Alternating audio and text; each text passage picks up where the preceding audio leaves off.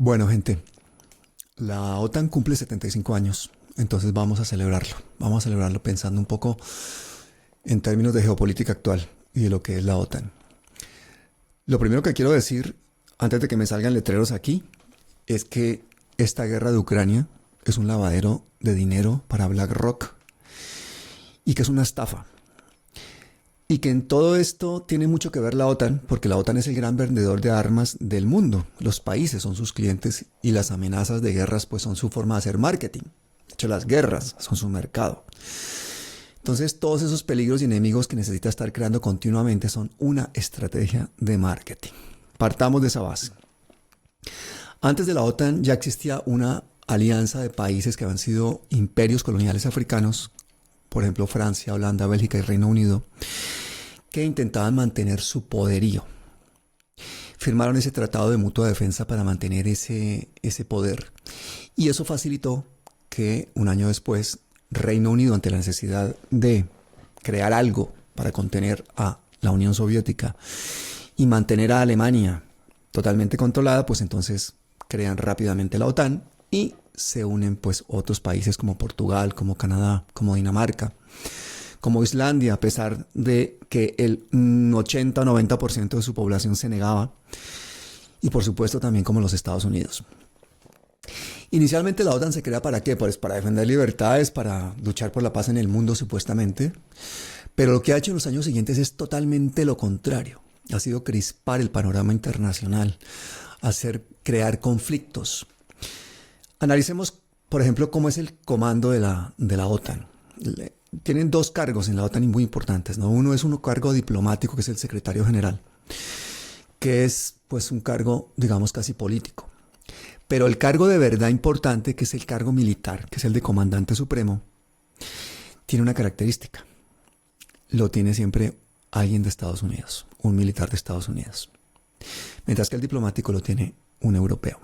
Entonces, el que manda, por supuesto, es el que manda militarmente. Y eso ya determina para qué sirve la OTAN y quién es el que manda en la OTAN.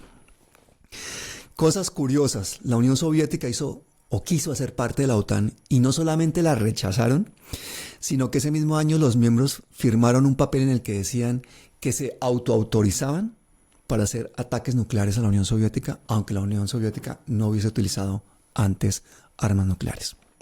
Eso ya habla de lo que es la OTAN, que no es una coalición de defensa, sino de ofensiva, y que su propósito no es ni mucho menos la paz mundial. Pasan muchas cosas y, por ejemplo, veamos lo que pasa en 1955. Las Alemanias estaban divididas y entra Alemania Occidental, entra a la OTAN. En respuesta, la Unión Soviética crea el Pacto de Varsovia. Entonces ahí entran países como Hungría, Checoslovaquia, Polonia, Bulgaria, Albania, Alemania Oriental y Rumanía. Y pasan más cosas. En 1962, por ejemplo, Estados Unidos puso misiles nucleares en Turquía y la Unión Soviética en respuesta intenta ponerlos en Cuba. O sea, el planeta estuvo al borde de la guerra nuclear por toda esa escalada, por toda esa expansión absurda. Pero hasta allí no llegan las acciones de la OTAN, van mucho más allá. Y acciones que a veces no tienen nada que ver ni siquiera con el marco geográfico al que corresponde. Por ejemplo, ¿qué hacía la OTAN en la guerra de Corea? Miren lo que pasó en la guerra de Corea. Véanse los documentales que hay sobre la destrucción que hizo los Estados Unidos en Corea, que arrasaron hasta con las infraestructuras de supervivencia de la población civil más básicas, como eran los cultivos y como eran las presas, todo. Dejaron plano totalmente a Corea. Todas esas cosas las hacía siempre con la excusa de contener a la Unión Soviética, al comunismo. Pero también hace cosas muy absurdas y francamente criminales, como la creación de lo que se llamó pues el Plan Gladio, ¿no? La OTAN crea comandos por toda Europa. Esa famosa red Gladio es con el objetivo supuestamente de contener, ¿no?, a ese comunismo, a la Unión Soviética, pero en realidad se dedica a hacer ataques de falsa bandera y atentados terroristas y a intervenir en la política interna de países como Italia. No les extraña que todo esto va sumando gasto militar, se van adhiriendo países, la ofensiva sigue, el crecimiento, la expansión sigue. Y en 1982 se adhiere España a la OTAN. Se adhiere con un discurso en el que anteriormente Felipe González se eligió presidente, fue elegido presidente y su, digamos, eslogan de campaña era no a la OTAN. Y luego vendrían años después en los que Aznar no solamente ya hacemos parte de la OTAN en España, sino que encima rompe los compromisos que ha adquirido Felipe González, por ejemplo, de que no pasaban armas nucleares por España, o de que no, o de que España se iba a retirar, o que Estados Unidos se iba a retirar poco a poco de España, o de que nunca España iba a ser parte de, digamos, el brazo armado de la OTAN. Todo eso hoy en día es un chiste, ahora les voy a contar por qué. Sigamos con la historia. Gorbachov acepta que las dos Alemanias se unan, y a cambio, Estados Unidos se compromete a que la OTAN no se va a extender más hacia el este. Esta promesa se la ratificó Estados Unidos una vez más a Rusia al disolverse la Unión Soviética, por allá en el 91. Y eso lo ha incumplido, pero muchas veces. Y se siguen uniendo países y se sigue extendiendo la OTAN. Veamos además las acciones brutales que ha hecho la OTAN. La OTAN ha bombardeado población civil, ayudó al desmembramiento de Yugoslavia en el 93. Esos bombardeos en Serbia durante 80 días sobre población civil, incluso con bombas de racimo. En ese momento un español que era Solana, era el director de la OTAN. Le llaman el carnicero de Belgrado. Imagínense a este señor hasta nuestros días. Muchas más cosas de la OTAN. La OTAN entra en Afganistán. Tras el 11S, destruyen totalmente ese país, muertos cientos de miles, un estado fallido, no sirvió para nada, finalmente salen derrotados de allí. Libia, ¿por qué invaden a Libia? Pues porque Gaddafi quería salir del petrodólar, quería hacer una moneda panafricana, era todo un peligro, y la excusa con la que entran a Libia es que querían defender a los civiles, mataron a cientos de miles, mataron a Gaddafi. Se queda ese estado en la absoluta pobreza y al tiempo la OTAN sigue obligando a países a adherirse, a muchos de ellos con la promesa de que de esa manera iban a entrar en la Unión Europea. Bulgaria, Eslovaquia, Rumania, Estonia, Lituania, Letonia, Albania. Sigue pasando el tiempo, sigue aumentando el gasto militar en el mundo, siguen adheriéndose países, sigue esa coacción diplomática y militar. Y en el 2014 hay un golpe de Estado en Ucrania, patrocinado por los Estados Unidos, por la OTAN, ayudado por George Soros. Y ponen en el poder a un nacionalista ucraniano que desencadena una guerra civil. Es decir, la OTAN ha usado a Ucrania, y entre otras cosas, para poner, por ejemplo, laboratorios de armas biológicas, lo cual está totalmente prohibido por las leyes internacionales. Y eso es uno de las muchas historias. Siria. En Siria apoyaron grupos terroristas islamistas.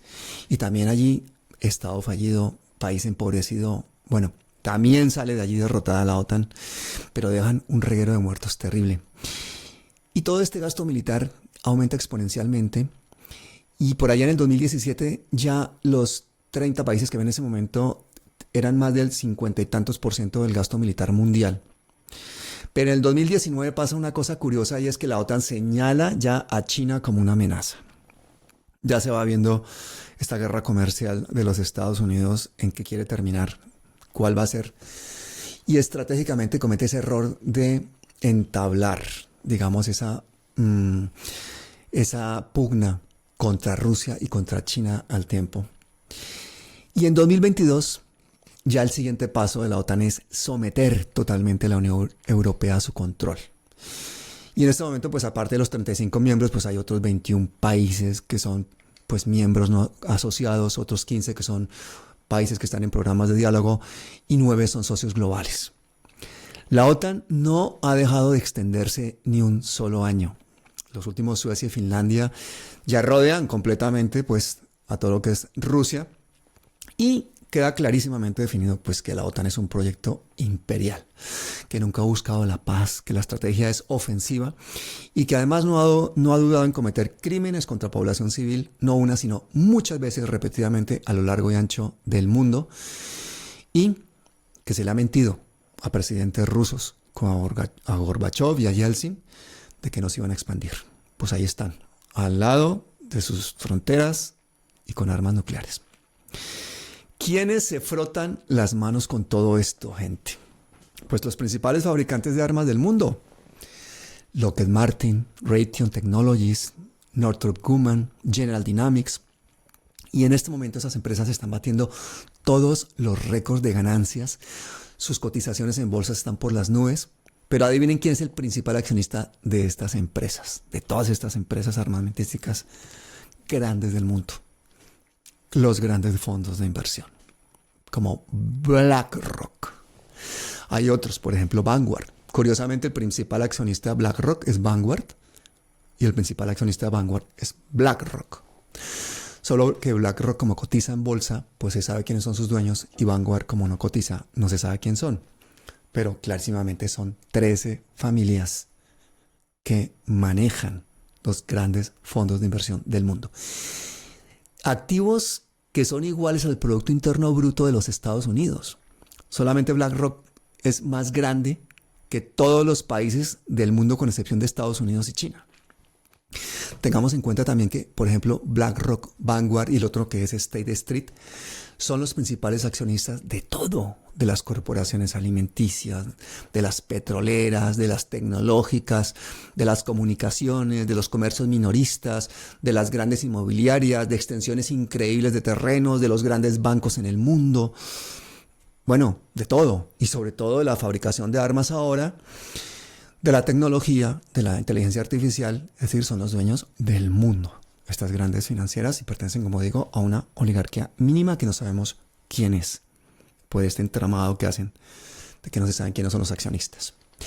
Pero es que como tienen tanto poder, los gobiernos los necesitan para que hagan las presiones que ellos no pueden hacer. Y los gobiernos, y por ejemplo la Reserva Federal de los Estados Unidos, que es la que marca el paso financiero en el mundo, haciendo esos ciclos de inflación, deflación, subiendo o bajando los tipos de interés, especialmente cuando vienen las elecciones en los Estados Unidos, pues trabajan de la mano con estos grandes fondos de inversión. BlackRock, Vanguard manejan buena parte de lo que se decide políticamente en el mundo. Y esta labor conjunta con los gobiernos tenemos que entenderla, porque no podemos seguir pensando en todo como que funciona todo en base a países y fronteras. Estos ya son conglomerados que funcionan a nivel mundial. Bueno, curiosamente, de las empresas estas que les decía de armamento, entre BlackRock, Vanguard y Sea State tienen más del 30 e incluso en algunos casos el 35% reconocidos de propiedad sobre las empresas armamentísticas más importantes del mundo. Pero en realidad es mucho más la participación en esas empresas, porque ahí en las cotizaciones en bolsa y eso no están, no se tiene en cuenta lo que son las participaciones indirectas a través de las inversiones cruzadas. Es decir, todos esos fondos de inversión ganan dinero con la venta de armas, con la venta de petróleo, con la reconstrucción de los países que destruyen, con todo. Cada vez que abrimos la boca están ganando dinero. Todo esto es una maquinaria financiera e industrial diabólica al servicio de la guerra, manejada por unas pocas personas en el mundo. Gente como los congresistas norteamericanos, todos estos neocons, son pues realmente, pues básicamente gente prepago de estas grandes compañías armamentísticas, de estos grandes fondos financieros, sus campañas, el mismo AIPAC, que son el lobby de los sionistas. Todo esto es lo que hace que se configure la política de los Estados Unidos, que se tomen las decisiones bélicas. La administración de Biden, por ejemplo, está repleta de esta gente. Los mismos neocons que han defendido las guerras en Serbia, en Afganistán, en Irak, en Libia, en Siria, siguen ahí. Y por supuesto, son los que están ahora defendiendo pues el genocidio en Palestina y la guerra de Ucrania. Acuérdense, por ejemplo, esta mujer Victoria Nuland, que durante 30 años ha trabajado con 6 presidentes norteamericanos, que ha sido subsecretaria de Estado, ha sido embajadora de la OTAN, tiene conexiones personales con todas las empresas armamentísticas. Su marido ha sido pues uno de los creadores de todos estos think tanks y grupos de los neocons guerreristas, antirrusos total, o sea, una fobia a Rusia porque sí, porque la necesitan para hacer negocios. Y esta mujer Victoria Nuland pues ha sido clave en el golpe de Estado en Ucrania. Allí fue a derrocar a ese presidente y pues pusieron a uno afín a los intereses de Washington, que es el que tienen ahora. Y ha sido una de las principales asesoras de, por ejemplo, el vicepresidente Dick Cheney, que fue el que más animó a la invasión y a la ocupación de Irak. Acuérdense esa ocupación, ahora inventándose lo de las armas de destrucción masiva, todo mentiras. Bush, por ejemplo, a esta mujer la designó embajadora ante la OTAN. Eso fue por allá en el 2005. Y esa mujer se ha dedicado también a organizar el apoyo internacional para la ocupación en Afganistán. Entonces es el tipo de personas que funcionan en base al negocio de la guerra. De Ucrania hay que decir dos cosas, antes de que se me olviden. Y es que los rusos han intentado, pero de forma repetida, evitar esa guerra. Es más, han estado dispuestos a llegar a acuerdos muy beneficiosos para Ucrania con tal de mantener a la OTAN alejada. Pero bueno, el caso es que Estados Unidos, por el contrario, lo que hace es el negocio de la guerra. Estados Unidos ha dedicado ya 113 billones a esa guerra en Ucrania, dinero suficiente para haber sacado no a los 50 millones de pobres que tienen, sino a 200 millones de pobres. Pero la realidad es que todo ese dinero que dicen que dan para la guerra de Ucrania realmente se queda en sus propias corporaciones armamentísticas. No es un dinero que vayan a dar a Ucrania para ayudar al país. No, ese dinero se queda en los Estados Unidos. ¿Y en manos de quién se queda principalmente? Ya lo han adivinado, en manos de BlackRock, de esos grandes fondos de inversión. Bueno, pero Estados Unidos le hace pensar a Ucrania que ese dinero es un préstamo. Y entonces le aplica las condiciones de los préstamos. Es decir, lo que hace el Fondo Monetario Internacional en el mundo, que los países tengan que aplicarse severas medidas de austeridad para devolverlo, es decir, condenarse a la pobreza, que los países tengan que vender sus industrias, sus recursos naturales, sus tierras. Acordémonos que Ucrania es el granero de Europa, es un país riquísimo, riquísimo. Y ahí, desde hace ya décadas, están todos esos inversores privados, principalmente de los Estados Unidos. Ahí está, por ejemplo, el hijo de Biden. Ahí, miren en Google lo que ha hecho el hijo de Biden en Ucrania y lo que ha hecho Estados Unidos desde hace décadas allí. Hace unos meses le dieron otros 24 billones de dólares a Ucrania, a Zelensky. Y ahora Biden está pidiendo al Congreso otros 60 millones. Pero eso es dinero que termina, como digo, siempre en las compañías estadounidenses, en las financieras, en las industrias armamentísticas. Y todos estos gastos se le pasan, por supuesto, a los países, a la Unión Europea, que se ha pegado el tiro en el pie, cortando o dejando que se vuele el Nord Stream 2, gasoductos que ellos mismos han ayudado a financiar. Y ese Nord Stream 2 que lo han volado a los Estados Unidos y al parecer Noruega también. Miren a Simon Hershey, el premio Pulitzer, cómo denuncia esto. Y cómo estaba ya anunciado y ellos mismos, los mismos políticos norteamericanos han dicho ya que algo había que hacer al respecto. Y han dado todas las claves de lo que se iba a hacer y efectivamente lo han hecho. Una medida absolutamente terrorista, un atentado medioambiental brutal contra la población civil de Europa, porque es gas que permitía una industrialización, que permite unos niveles de vida y gracias a eso pues ahora están ellos vendiendo el gas licuado mucho más caro a todo Europa, un 40% más caro. Se ha cortado esa dependencia del gas ruso y básicamente lo que está haciendo Estados Unidos es desindustrializar a Europa, intentar fragmentar a Rusia y exportar su modelo de guerra para mantener ese dólar como moneda de reserva mundial, gracias a que detrás hay tanques y bombarderos respaldando esa moneda. Todo esto que se ha hecho en Ucrania, por ejemplo, ha costado ya la vida de más de 500.000 de jóvenes ucranianos. Yo aquí no presento ese tipo de vídeos, pero si ustedes lo ven por internet, pueden verlos. Son jóvenes adolescentes prácticamente y 500.000 ya han muerto. Están intentando reclutar gente a la fuerza en Ucrania y ya llamando pues desesperadamente a gente de muchísima edad. Se han marchado del país casi 10 millones de personas. Y nadie quiere que sus hijos mueran en una guerra. Y allá no van los hijos de Victoria Nuland, ni de todos estos políticos europeos. Allá van los hijos de los pobres. Y van a ir a morir en vano. Van a ir intentando defender la soberanía de su país, supuestamente, cuando en realidad están defendiendo los intereses de las multinacionales que se están quedando con su país. Ya previamente a esta guerra, Ucrania había vendido el 30% de sus tierras a compañías como Monsanto y Cargill. Nueva pregunta, gente. ¿Quiénes son los principales accionistas de Monsanto y Cargill? BlackRock. Muy bien. En diciembre pasado, Zelensky anunció una alianza con BlackRock para reconstruir Ucrania. Imagínense esa vaina. Grave, gravísimo. La Unión Europea confisca los fondos soberanos de Rusia. 300.000 millones de dólares. Eso es un robo total, eso es una cosa totalmente ilegal. Los confiscan, se los roban a los rusos. Imagínense eso. Imagínense esa medida tan absurda que hace la Unión Europea. Y supuestamente con el dinero que va a producir ese dinero, eso lo va a manejar BlackRock, que por supuesto tiene constructoras y todo tipo de empresas. O sea, conflictos de intereses por todas partes, negocio por todas partes, matoneo por todas partes. Vámonos a España antes de que los aburra. ¿Cuál es el furor bélico en España? Este país que supuestamente es pacifista. Bueno, no tan pacifista.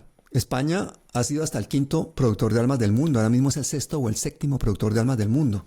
Vende más de 3.000 millones al año de dólares en armamento. Más de 3.000 millones de dólares al año en armamento. Entonces, una cosa absolutamente así.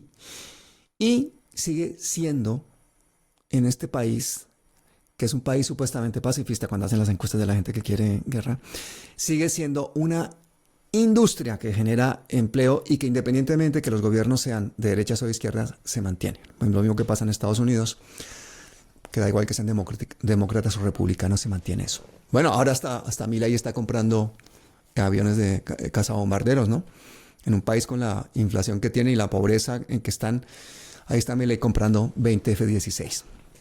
Bueno, país supuestamente pacifista, España. Pero resulta que, por ejemplo, aquí el principal periódico que se llama El País, que lo leen mucho en Colombia, ojito con eso, ojito, es un periódico totalmente pro-belicista. Siendo un periódico supuestamente progresista, es un periódico totalmente pro-belicista. Pero ¿qué pasa? ¿Y por qué ese periódico está anunciando todo el tiempo que ya estamos en la guerra, que hay que estar en la guerra, que hay que defender, que hay que mandar armas, o sea, defendiendo el gasto militar? Lo hace un periódico de ese tamaño, de esa importancia. Pues vamos a ver por qué. Sigamos el dinero. El periódico El País es parte del grupo Prisa. El grupo Prisa, creo que es el dueño del Tiempo en Colombia también, ¿no? Y de la W y de Caracol, el grupo Prisa. Pero es que resulta que el grupo Prisa es accionista de empresas armamentísticas. Por ejemplo, es accionista de Indra, que es una de las principales empresas españolas del sector de defensa. Y una de las más beneficiadas por toda esta locura de la guerra.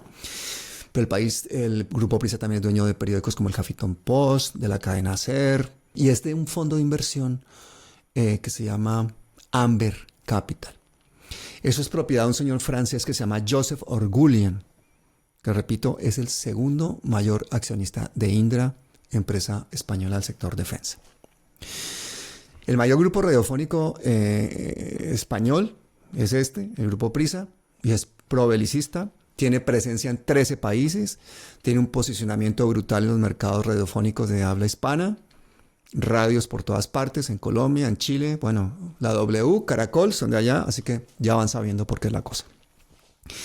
¿Qué pasa con el tema de la OTAN en España?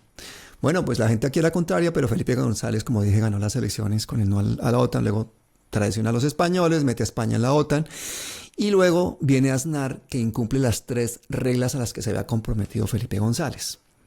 Que España no iba a entrar en las estructuras militares de la OTAN, y Aznar lo mete de fondo.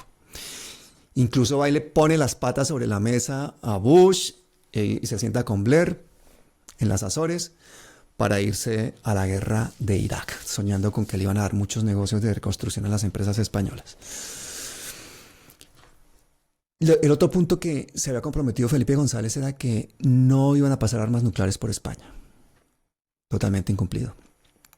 Y el tercero, que iba a haber una reducción progresiva de la presencia de Estados Unidos en España, lo cual es absolutamente falso, porque hay instalaciones en Valencia, en el Hoyo de Manzanares, en Torrejón de Ardós, puntos estratégicos en varios sitios, base aérea en Morón de la Frontera, la base de Rota en Cádiz, y ahora, desde la semana pasada, que se autorizó, va a haber una nueva base de la OTAN en Mahón, en Menorca.